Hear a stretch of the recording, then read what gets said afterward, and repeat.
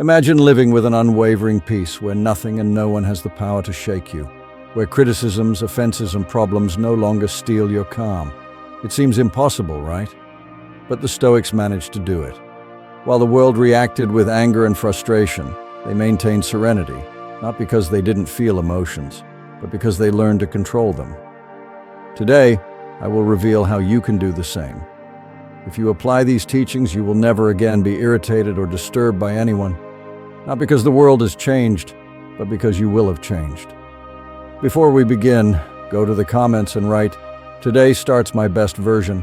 I am a Stoic." By doing this, you commit to taking control of your mind and living with discipline. Let's start. Number 1, the destructive nature of anger. Anger is one of the most destructive emotions a human being can experience. Not only does it harm those around us, but it also corrodes us from the inside, weakening our mind and dragging us into decisions we will regret sooner or later. The Stoics saw it as one of the greatest threats to virtue. When anger takes control, we stop being rational and become slaves to our impulses. It is not a sign of strength, but of weakness, a proof that we have lost control over ourselves. Anger is like an uncontrollable fire. It starts with a spark, maybe a misinterpreted word, an action we consider unjust, or an unexpected obstacle. If we fuel it with ruminating thoughts, it quickly grows into a flame that devastates our mental clarity, our relationships, and our well-being. Marcus Aurelius warned that the best way to combat anger is to prevent it from arising. If we learn to recognize its first signs, we can extinguish it before it consumes us completely. The consequences of anger are devastating. Besides causing unnecessary conflicts, it affects our health. Science confirms what the Stoics already knew. Anger raises blood pressure, weakens the immune system, and can trigger cardiovascular problems. It is not just a momentary emotion, but a poison that, if allowed to grow, destroys both body and mind. Epictetus taught that it is not the external circumstances that disturb us, but our interpretation of them. If someone insults us, it is not the insult itself that hurts us, but the importance we give it. Learning to control our perception is the first step to mastering anger. When we let ourselves be driven by anger, our actions become irrational. In the heat of the moment, shouting, insulting, or even breaking something may seem justified. But once the storm passes, we realize we've only made things worse. An outburst of anger can destroy relationships that took years to build. An impulsive comment can leave wounds that may never fully heal. Seneca said that anger is like a momentary delirium, a state in which we lose control over our words and actions. If we observe ourselves carefully, we'll see that most of our angry reactions are disproportionate and illogical. Imagine a discussion with a loved one. In the heat of the moment, harsh words may seem necessary, but once everything calms down, we realize we could have handled the situation with more wisdom. Most problems can be solved with dialogue and patience, but anger blinds us and prevents us from reasoning. Instead of seeking solutions, we seek revenge. And by doing so, we only feed a cycle of resentment and pain. The Stoics teach us that the best way to combat anger is through self-discipline and reflection. Marcus Aurelius recommended remembering that life is short and that most of the problems that anger us are insignificant in the grand scheme of things. Seneca suggested practicing patience and indifference in the face of provocations. True strength lies not in reacting with violence, but in maintaining calm when everything around us seems to be trying to throw us off balance. Anger is an internal enemy, a beast that, if not tamed, can consume us. But the good news is that we can train our minds not to be swept away by it. The next time you feel anger rising, stop and ask yourself if it is truly worth it. Remember, nothing external has power over you unless you allow it. Peace is not the absence of provocations, but the ability to face them with equanimity and control. Number 2, all negative emotions arise from unmet expectations. Negative emotions don't arise from what happens, but from what we expected to happen and didn't. Frustration, anger, sadness, resentment, these feelings all have a common root: the difference between reality and our expectations. When we believe the world should behave a certain way and it doesn't, we feel betrayed. But in reality, the failure lies with us, in the distorted image we create in our minds. We cling to an illusion, and when reality shatters it, instead of adapting, we react with suffering. We get angry because people don't act as we would like them to, because the results aren't what we expected. because life doesn't follow the script we've written in our minds. We believe we deserve certain treatments, certain successes, certain paths without obstacles. But the world doesn't follow our rules. Frustration doesn't come from the event itself, but from the shock between what we desired and what actually happened. Seneca said that we suffer more in our imagination than in reality. What hurts us most is not what happens, but how we interpret it. If we learned to accept events without resistance, we would avoid much of the unnecessary suffering. Imagine someone who believes their partner will never cheat on them, because that's how it should be. This person builds an expectation based on their own sense of what is right. But if betrayal happens, the pain doesn't come from the act itself, but from the contrast with the idealized image they created. Instead of accepting reality as it is, they fight against it in their mind, and that internal conflict turns into suffering. Another example is the person who expects their friends to always be available, traffic to be smooth, or their boss to appreciate their efforts. When any of these things don't happen, they feel disappointment and anger because they assume the world should follow their rules. The Stoics teach us that the key to inner peace is eliminating unrealistic expectations. This doesn't mean resignation, but rather understanding that the world owes us nothing. We cannot control the behavior of others or external events, only our reaction to them. Epictetus said we must accept what happens as if we had chosen it. Resisting reality only generates suffering. If we stop expecting people to treat us a certain way, if we accept that they can fail us, and if we understand that life doesn't follow a predictable path, we eliminate much of the stress and frustration. Accepting reality as it is doesn't mean we shouldn't have goals or desires, but that we need to be prepared for any outcome. We can strive to achieve something, but without clinging to the idea that it must happen exactly as we want. Otherwise, failure will destroy us. Disappointment doesn't come from life, but from our resistance to accepting its uncertainties. A Stoic understands that everything changes, that nothing is guaranteed, and because of that, they don't allow their emotions to be dictated by what is beyond their control. If we eliminate rigid expectations, we stop demanding that the world conform to our beliefs. Instead of getting frustrated when something goes wrong, we ask ourselves, what can I learn from this? Instead of feeling betrayed, we understand that people act according to their own nature, not the one we've imagined for them. Peace lies in flexibility and the ability to accept what comes without resistance. Happiness is not in making everything fit into our expectations, but in learning to flow with reality without letting it steal our tranquility. Number 3, anger is a reflection of the ego. Anger is nothing more than a reflection of the wounded ego. When we feel someone disrespects us, treats us unjustly, or fails to recognize our worth, we react with anger because we feel our identity is threatened. We believe we deserve different treatment, that others should see us as we see ourselves. And when that doesn't happen, we feel something sacred inside us has been violated. But the truth is that anger doesn't arise from what others do. It arises from our interpretation of their actions. It is our ego that demands recognition, that gets offended, that needs to defend its image. If this ego weren't so inflated, if we didn't take things personally, anger would lose its power over us. When someone speaks to us rudely, our first reaction is to think they are attacking us. But what if this person is simply having a bad day? What if their words have nothing to do with us, but with their own internal chaos?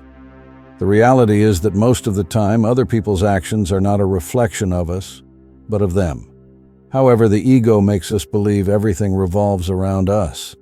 We say, he disrespected me, embarrassed me, didn't appreciate me. But what would happen if we stopped seeing ourselves as the center of every situation? What if we understood that others' behavior is a reflection of them, not us? We could free ourselves from anger. Marcus Aurelius reminded us that it's not what happens that disturbs us, but our opinion of what happens. If someone insults us, the insult itself has no power unless we give it meaning. We can choose to ignore it, see it as a reflection of the other person, and move on without letting it affect our peace. But the ego wants to fight, wants to defend itself, wants to prove it's right. And in this desire to protect our image, we fall into the trap of anger. We lose control and act impulsively. But if someone's insult doesn't change who we are, if their attitude doesn't define us, Why allow it to drag us into a state of uncontrolled emotion? A clear example happens in traffic. When someone cuts us off, our ego tells us it's disrespectful, that we need to react, that we can't allow ourselves to be treated like this. But what if the other driver isn't even thinking of us, just stuck in their own world? Still, our ego makes the situation personal, and with that, anger takes control of our mind. If instead of reacting, we simply accepted what happens as a neutral fact, we would avoid that suffering. The same applies to any other context, at work, in relationships, in everyday life. Our reaction is not caused by the events themselves, but by the story we tell ourselves about them. The Stoics teach us that the key to controlling anger is recognizing the role the ego plays in it. If we strengthen our self-esteem, if we stop seeking external validation, if we understand that our value doesn't depend on how others treat us, we become immune to provocation. Seneca said that the best revenge is not to resemble those who wronged us. If someone treats us badly and we respond with anger, we're letting them control us. But if we stay calm, if we choose not to play their game, we demonstrate true strength. Anger is a reflection of an ego that hasn't learned to detach itself from others' opinions. But when we understand that others don't have the power to define us, that their words and actions say more about them than about us, we free ourselves. This doesn't mean accepting abuse or staying silent in the face of injustice, but rather learning to react intelligently and not emotionally. Inner peace doesn't come from controlling others, but from controlling our reaction to them. When the ego stops being the center of our existence, anger loses its dominion over us. Number 4, forgiveness frees us from anger. Anger is a heavy burden we often carry without realizing it. We cling to resentment because we believe that by doing so, we're punishing those who wronged us. But in reality, the only one being punished is us. Anger consumes our peace, traps us mentally, and prevents us from moving forward. Forgiveness, on the other hand, is the key that opens this cell. It doesn't mean justifying what was done to us or forgetting naively, but rather freeing ourselves from the need to keep suffering over something that has already passed. Forgiving is not a gift for the other person. It is an act of self-love, an essential step toward regaining our tranquility. When we cling to anger, we constantly relive the pain. Our minds become battlefields where the past continues to be present, and we keep feeding what hurt us. But to release this weight, Marcus Aurelius said that the best punishment for those who wronged us is not resembling them. If someone betrayed, offended, or hurt us, holding on to resentment only prolongs the control they have over us. Forgiveness, on the other hand, returns the power to us. It allows us to release the weight and move forward without letting the past define us. Resentment is a trap of the ego. It makes us believe that if we forgive, we'll be showing weakness. But the truth is the opposite. True strength lies in those who master their emotions, who choose to let go of what hurts them, instead of holding on to it. Seneca taught that we shouldn't let anger dictate our actions because when we act with rage, we stop being masters of ourselves. If someone hurts us and we respond with bitterness, we're giving that person power over our peace. But if we choose to forgive, we regain control of our minds and well-being. Imagine someone who's been betrayed by a close friend. The natural reaction is anger, disappointment, the desire for revenge. But how long can this feeling be sustained before it becomes a burden? Resentment doesn't affect the betrayer, it affects the one who carries it. Every time the person thinks of the betrayal, they relive the pain. But if they decide to forgive, if they accept that what happened can't be changed, and that the past shouldn't define the present, they find freedom. Forgiveness doesn't mean trusting the one who betrayed us again. It means no longer allowing that betrayal to keep affecting us. Forgiveness is a conscious choice. It doesn't happen overnight, and it's not always easy. But it is the path to inner peace. Epictetus reminded us that we don't have control over what others do, only how we react. If someone insults us, it's not the insult itself that hurts us, but the importance we give to it. By forgiving, we stop giving it that importance. We understand that each person acts according to their own level of consciousness, and that their behavior reflects their internal world, not ours. This doesn't mean allowing abuse or accepting injustice, but learning to release the resentment that prevents us from living in peace. When we forgive, we don't free the other person, we free ourselves. We stop carrying an unnecessary weight, stop wasting energy on a conflict that only exists in our minds. True revenge is not about causing pain, but about showing that the pain did not change us, that we move forward without letting anger consume us. Peace is not about waiting for others to repent, but in deciding that our happiness doesn't depend on their behavior. Forgiveness is letting go of the poison of anger and embracing the freedom that comes with serenity. Number 6, practice non-reaction. When something irritates us, when we feel provoked or attacked, our first reaction is impulsive and emotionally charged. We want to respond immediately, to defend ourselves, to prove we are right. But in that moment, our minds aren't operating on reason, but on instinct. And that's when we make mistakes. We say things we later regret and make situations worse instead of resolving them. The practice of non-reaction allows us to avoid this. It gives us control over our responses and protects us from the emotional exhaustion that impulsive reactions generate. When we give ourselves a moment before responding, when we resist the impulse to act immediately, we gain power over ourselves.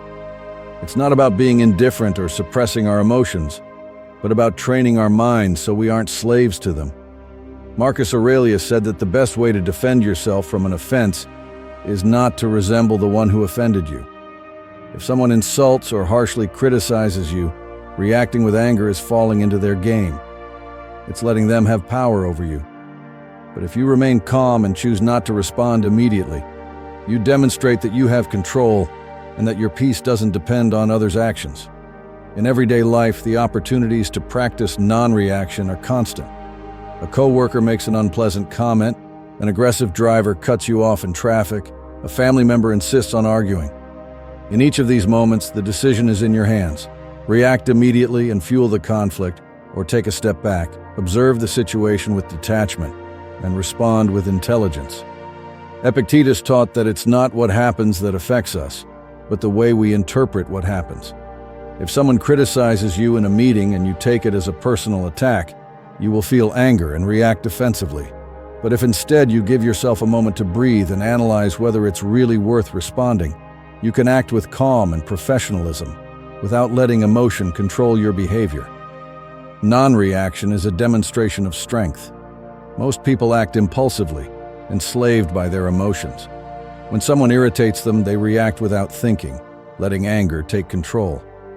But true power lies in those who resist this first reaction, those who understand that they don't need to prove anything to anyone, and those who choose when and how to act.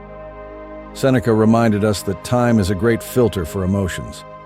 What seems like an unforgivable offense today will lose its importance in a few days. What deeply irritates us now will seem insignificant in a few hours. That's why not reacting immediately allows us to gain perspective, see the situation clearly before deciding how to act. Practicing non-reaction doesn't mean accepting everything in silence or letting others walk all over us. It means acting by reason, not by emotion. If something truly deserves a response, the best answer will be one given with a calm mind. Instead of responding to fire with more fire, we respond with intelligence and equanimity, not because we're weak, but because we understand that our peace is more valuable than a pointless argument. Every time you feel the impulse to react, remember that you don't have to. You can let the emotion pass. Observe it without being dragged by it, and when you do this, you will notice something incredible. The conflicts will decrease, the anxiety will reduce, and the people who used to provoke you will lose their power over you. Non-reaction is the doorway to true freedom, the ability to decide how and when to respond without being a slave to external stimuli. Number 8, the importance of living with purpose. When you don't have a clear purpose, life feels empty, chaotic, and directionless. You wake up every day without a real reason to move forward, with nothing to motivate you beyond the routine. This feeling of emptiness creates frustration. A lack of purpose makes people irritable and reactive, always on the defensive. Any inconvenience, any obstacle seems bigger than it really is because there's nothing greater to focus on. Without direction, the mind fills with noise and disorder, and in this state it's easy to fall into anger and resentment. The Stoics understood that the key to mental peace is having a purpose aligned with our values, something that makes us get out of bed every day. When you live without a defined purpose, everything becomes a distraction. Traffic bothers you. Other people's words irritate you. You feel that life is unfair. But when you have a purpose, those same things lose their importance. Not because they cease to exist, but because your focus is on something greater. Marcus Aurelius said that each of us should ask, "Why am I here? What really matters in my life?" When you have purpose, small frustrations no longer control you. You don't waste time reacting to every provocation because your energy is focused on something meaningful. There was a time in my life when I had no direction. I felt stuck in a meaningless routine, doing things that didn't fulfill me, and the consequence of that was constant irritability. Anything bothered me. Any problem seemed huge because I had no real reason to get up in the mornings. I lived on autopilot, letting circumstances dictate my mood. But when I found my purpose, everything changed. I decided to focus on creating content, sharing ideas that could help others, building something that made sense to me. And when I did this, I realized that the problems that once seemed unbearable were now just part of the journey. I no longer got irritated by small things because I had a bigger vision. Anger stopped being a habitual reaction because I had something more valuable to focus on. The Stoics teach us that purpose is not something you find, but something you define. You don't need to wait for life to give you a purpose. You must create it for yourself. Epictetus said that each person has the responsibility to decide what they want to become and what they want to offer the world. It's not about waiting for inspiration, but about taking action, seeking what truly makes us feel alive. When you discover your purpose and work on it, your mind changes. Frustration decreases because you no longer worry so much about what you can't control. You don't need external validation. You don't need to prove anything to anyone. You simply do what you know you must do, and that brings you satisfaction. When you live with purpose, life stops feeling like a series of problems and becomes something meaningful. You no longer react with anger to every obstacle because you understand that challenges are part of the journey. Each day has meaning, and every action contributes to something greater. When this happens, peace becomes a natural state, not because everything is perfect, but because you've decided where to focus your energy. There's no space for anger when you're busy building something that truly matters. If you feel frustrated with life, if you find that you react too easily, ask yourself if you truly have a clear purpose. Ask yourself if you're dedicating your time to something that fills you, or if you're just passing the days aimlessly. The difference between a life full of frustration and a life full of meaning lies in this answer. Find what motivates you, what makes you wake up every morning eager to keep going. And when you do that, you'll see how anger loses its power over you. You have a purpose, and everything else becomes background noise. Number 8, reprogram your emotional response. The brain is not bound to one way of reacting. Thanks to neuroplasticity, we can train it to respond differently to situations that used to provoke anger or frustration. The idea that we are a certain way and can't change is a lie we tell ourselves. The brain is flexible, and just like a muscle, it can be strengthened in certain areas depending on how we train it. If every time something irritates us, we respond with anger, we're reinforcing that neural connection and making anger an automatic response. But if we learn to respond with calm over time, that becomes the new programming of our brain. When we face a situation that would normally make us explode, our instinct is to follow the pattern. If someone insults us, if things don't go as expected, if someone behaves disrespectfully, the immediate reaction is the one we've reinforced over the years. But here's the key. If we consciously force ourselves to respond differently, we're creating a new neural pathway. At first it feels forced, uncomfortable, even false.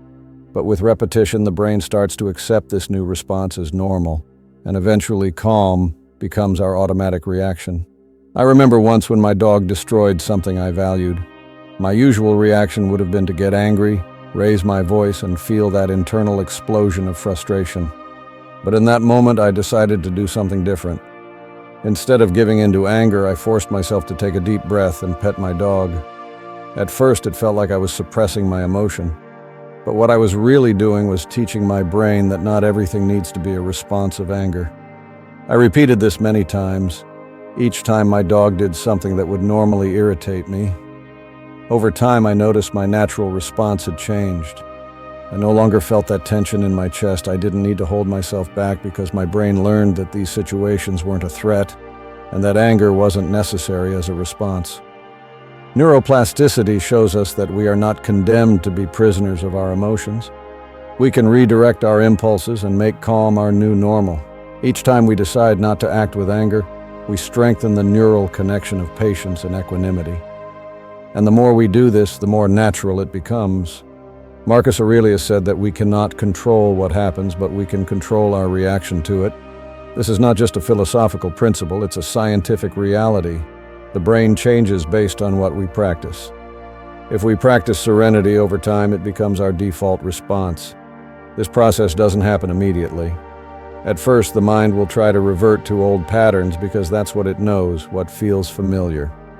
But if we are persistent, if each time we feel anger growing, we force ourselves to stop, breathe, and respond differently, we will see real change. One day we'll realize that situations that once made us explode now seem insignificant. Not because we're repressing anger, but because our brain has learned that there's no reason to feel it.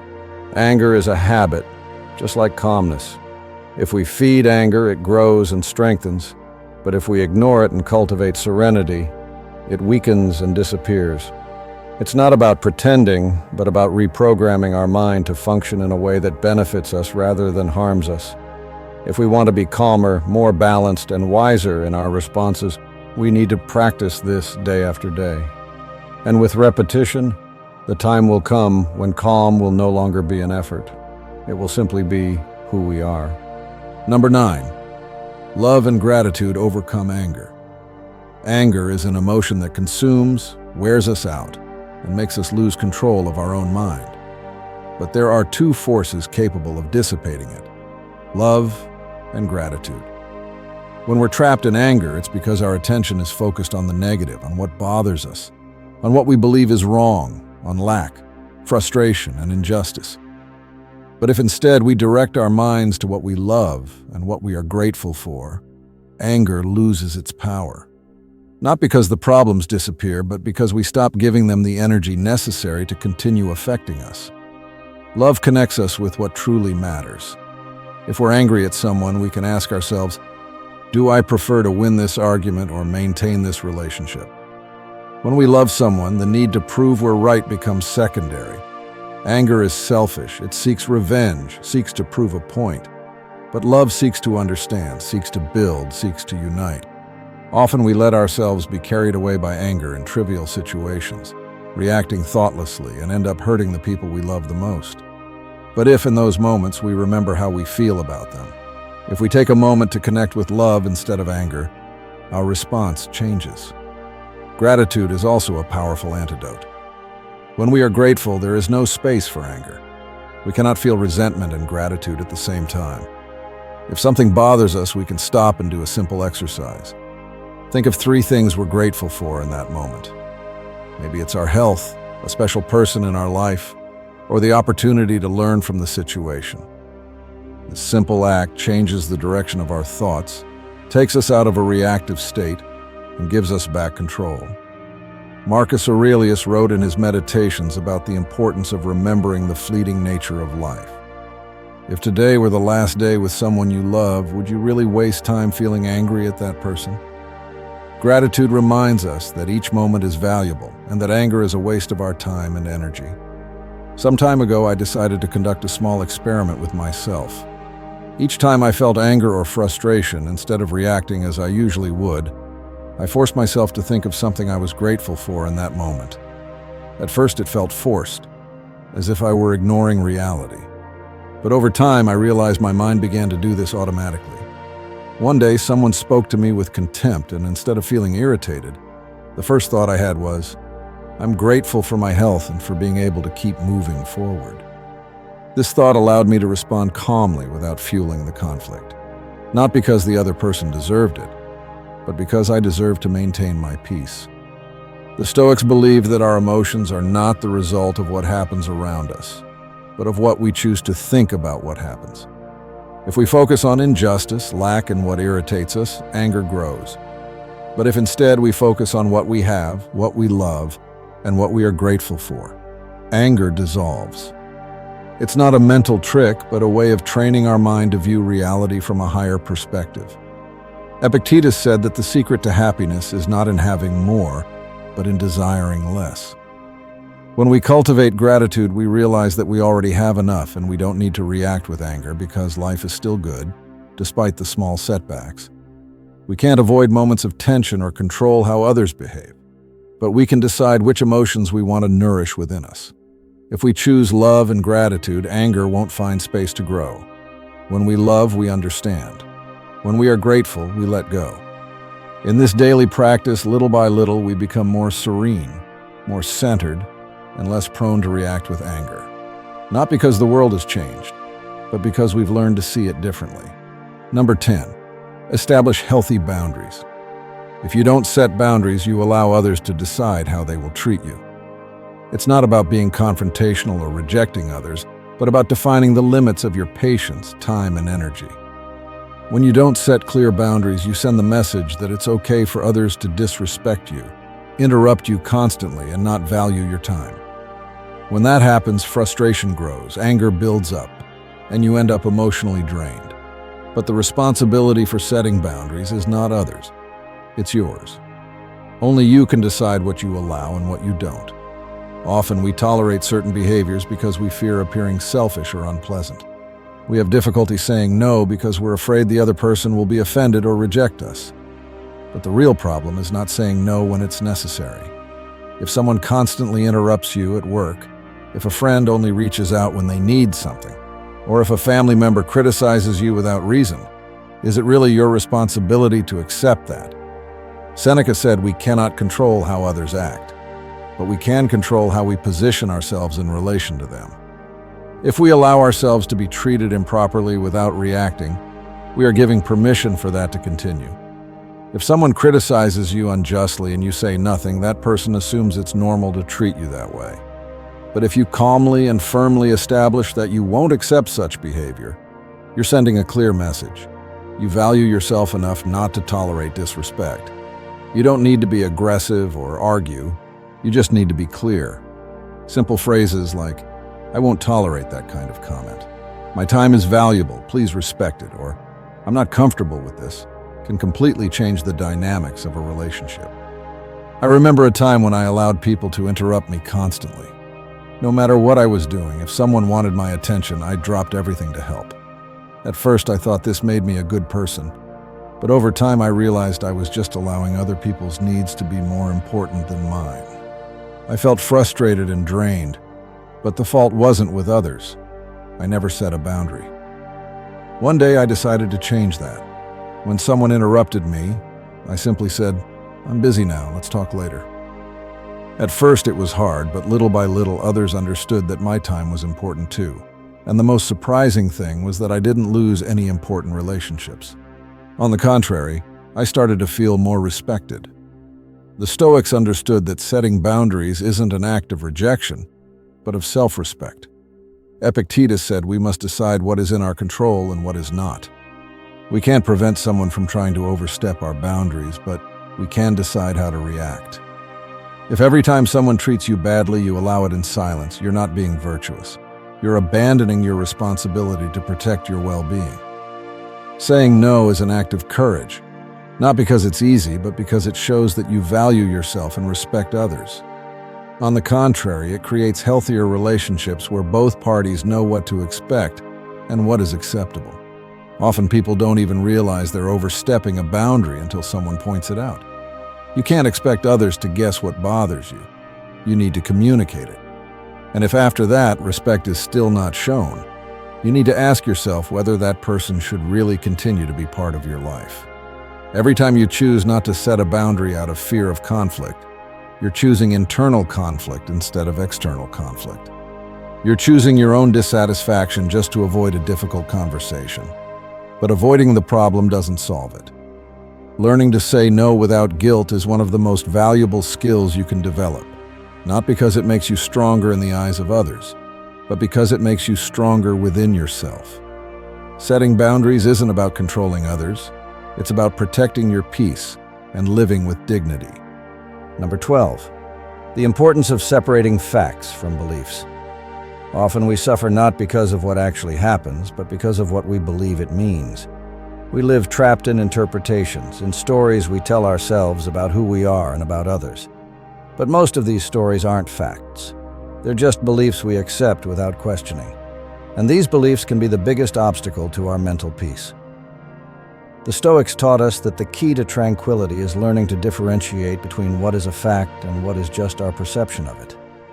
When we don't make this distinction, we get entangled in unnecessary emotions. We react with anger, sadness, or fear without realizing that we're reacting to something that isn't real. If someone calls us useless, it's not the comment that hurts us, but our decision to believe it. The objective fact is that someone said some words, but our mind turns those words into an absolute truth. What if they're right? What if I really am like that? Suddenly, a simple opinion becomes a burden we carry for years. We don't stop to question whether it's true. We simply absorb it. Epictetus warned us about this. He said that it's not the events themselves that affect us, but the interpretation we make of them. If someone criticizes us, we can see it as an opportunity to improve or as a personal attack. The difference between these two responses isn't in the facts, but in our beliefs. Humans are experts at creating stories. We tell ourselves we're not good enough, that we don't deserve certain things, that will never change. And the worst part is that we believe these stories as if they were unquestionable facts. But where do these beliefs really come from? Often they come from past experiences, from words we've heard, from mistakes we've made, which we turn into permanent labels. If we ever fail at something, we tell ourselves, I'm a failure. If someone rejects us, I'm not worthy of love. But none of these thoughts are facts. They are just interpretations, beliefs we reinforce over time without realizing we can change them. I remember a time when I believed I wasn't smart enough to achieve certain things. Not because there was proof of it, but because at some point in my life, someone made me feel that way, and I chose to accept it as truth. Every time I faced a challenge, that belief came back. You can't do it, you're not capable. But one day I decided to question it. Where was the real proof that I was incapable? Hadn't I already learned many things in life?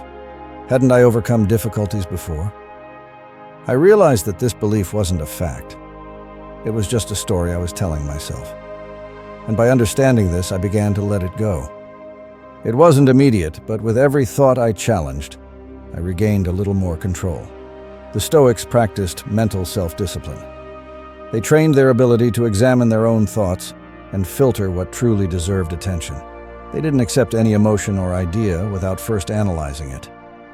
Marcus Aurelius advised us to ask ourselves in the face of any negative thought, is this true? Is it really as terrible as I believe? Most of the time the answer was no. We're not as limited as we think. We're not the labels others have placed on us.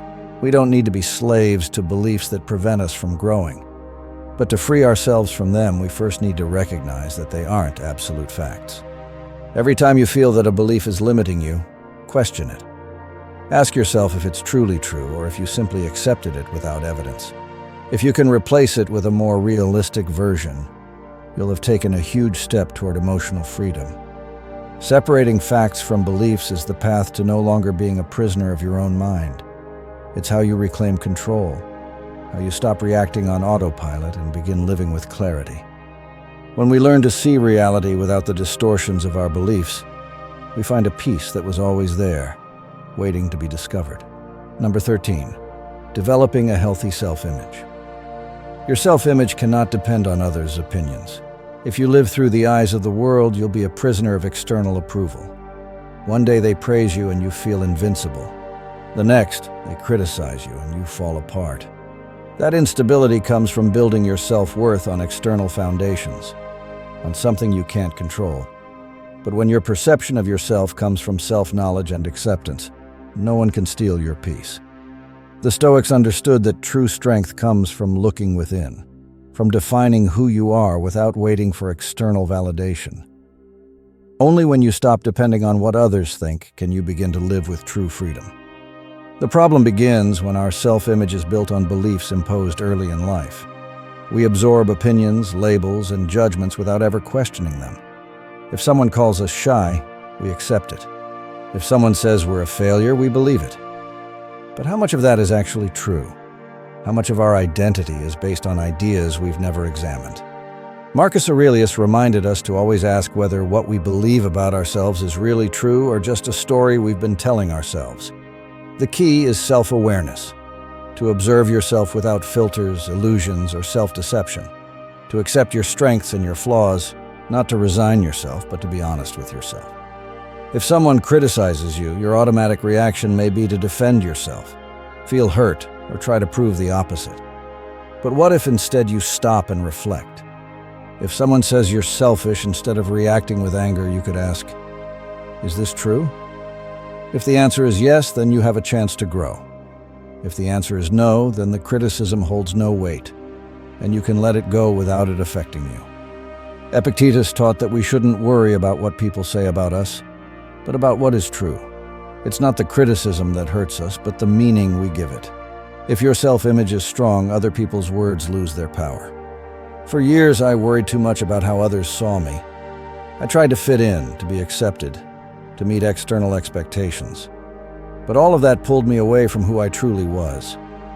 I didn't make decisions based on what I wanted, but on what I thought I had to do to be approved. That left me in a constant struggle because it was never enough. There was always someone with a different opinion, always something I had to change to please someone else. It was only when I realized I could never control what others think of me that everything changed. I stopped trying to fit in and started asking myself, who am I really? What do I want for myself? In that process, the need for approval began to fade. That doesn't mean conforming or giving up on growth. It just means recognizing your value without depending on outside sources.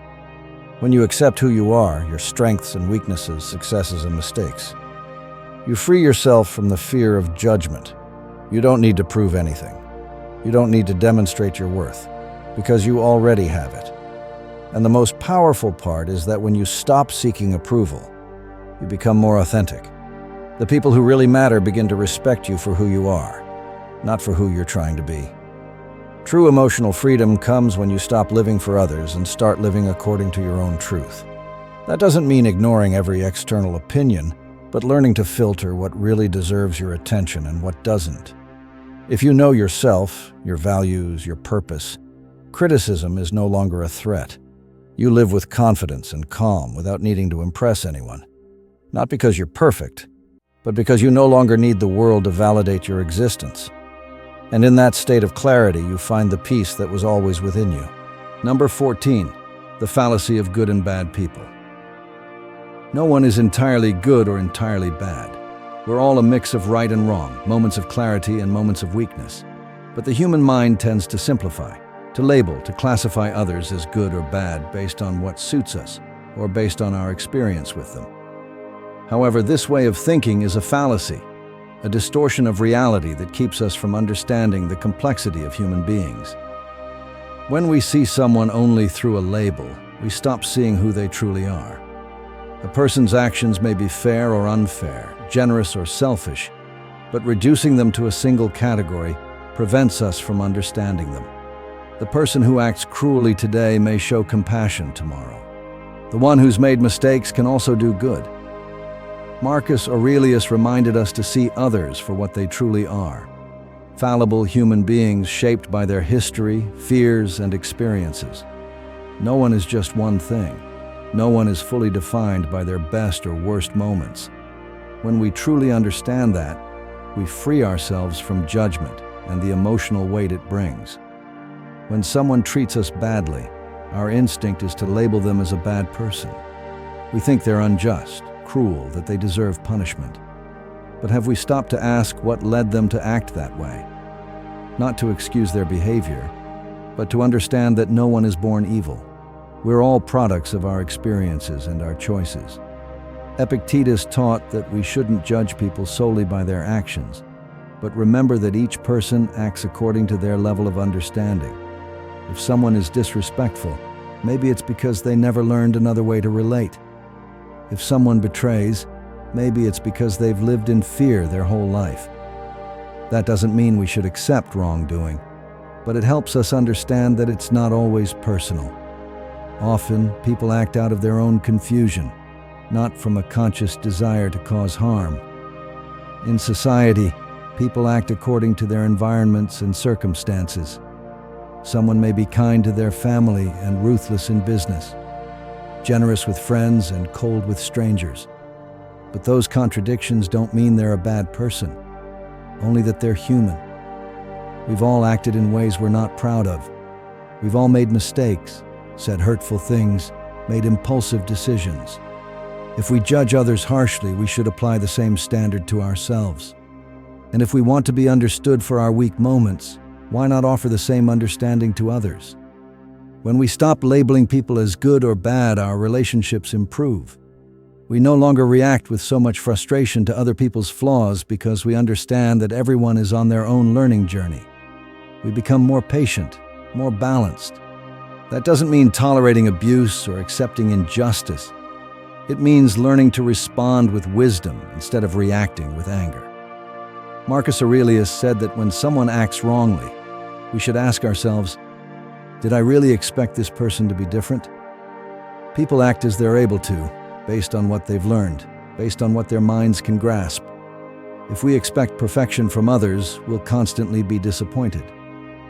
Freeing ourselves from this mindset helps us find inner peace. We no longer feel the urge to punish, to react with resentment, to divide the world into allies and enemies. We become more objective, more serene, more capable of handling conflict with clarity. True strength isn't in judging others harshly, but in understanding that we're all on the same path, just at different stages of the journey. We're all here to learn and grow. And when we embrace that, we stop wasting energy on judging others and start focusing on the only thing we can truly control, our own evolution. Number 15, the process of recognizing, investigating, and nurturing anger. Anger is a powerful emotion, but it doesn't have to control you. It might seem like an uncontrollable fire that consumes you in the moment, but if you learn to manage it with intelligence, it can become a beast of growth, not destruction. RIM is a technique that helps deal with anger effectively, without suppressing it or acting on impulse. It's a method based on mindfulness and self-reflection, something the Stoics practiced daily, even though they didn't give it a specific name. With RIM, we can observe our anger without being swept away by it, understanding its origin and transforming its energy into something positive. The first step is to recognize that anger is present. Not to deny it, not to suppress it, but to notice that it's there. Often when we get irritated, we react without thinking, as if we're on autopilot. We let the emotion carry us away without even realizing what's truly happening inside us. But if, in the moment when anger arises, you pause and say to yourself, "I'm feeling anger right now," you immediately create a separation between yourself and the emotion. Marcus Aurelius spoke about the importance of observing our emotions as if they were external phenomena, without fully identifying with them. If you can see anger as something transient, a reaction that arises but does not define who you are, you've already taken the first step toward controlling it. The second step is to investigate the origin of your anger. Instead of staying stuck in the superficial feeling of rage, ask yourself, where is this really coming from? Often anger is just a symptom of something deeper: fear, insecurity, unmet expectations, or past wounds that haven't been healed. Epictetus taught that it's not external events that disturb us, but our interpretation of them. If someone interrupts you in a conversation and it irritates you, it may not just be the interruption itself that bothers you, but a deeper belief that you're not respected or valued. If you can get to the root of the problem, anger loses its power, because you realize that what you're feeling has more to do with you than with the external situation. The third step is to nurture the part of yourself that needs healing. Here, instead of punishing yourself for feeling anger, you practice self-compassion. This doesn't mean justifying your behavior, but rather recognizing that there is a part of you that needs care. Perhaps you've suppressed certain emotions. Maybe there's a limiting belief that makes you react a certain way. Or maybe you simply need to give yourself more space to process what you're feeling. Marcus Aurelius said that we should treat ourselves with the same patience and understanding that we offer to others. You can't eliminate anger completely, but you can learn to respond with wisdom, not impulsiveness. As you practice this process, you'll notice that anger loses its power over you. This doesn't mean you'll never get angry again. But when it does happen, you'll know exactly how to handle it without destroying your peace or affecting your relationships. You'll learn that anger is just a passing emotion, not an order you must obey. Instead of reacting, you'll act with reflection, and in that space of awareness, you'll find true emotional freedom. I sincerely hope this message has been helpful. I want to sincerely congratulate you for making it this far and finishing the video. This means you want to grow as a person. If you enjoyed the video, leave a comment. If you don't know what to say, simply comment gratitude and I'll know you watched until the end. If you're not yet subscribed to the channel, what are you waiting for? Subscribe now and join us. Stoicism is full of teachings like this that are applicable to our everyday lives. So I encourage you to continue learning about this philosophy. I leave you with 2 videos packed with Stoic wisdom so you can keep learning. Until next time.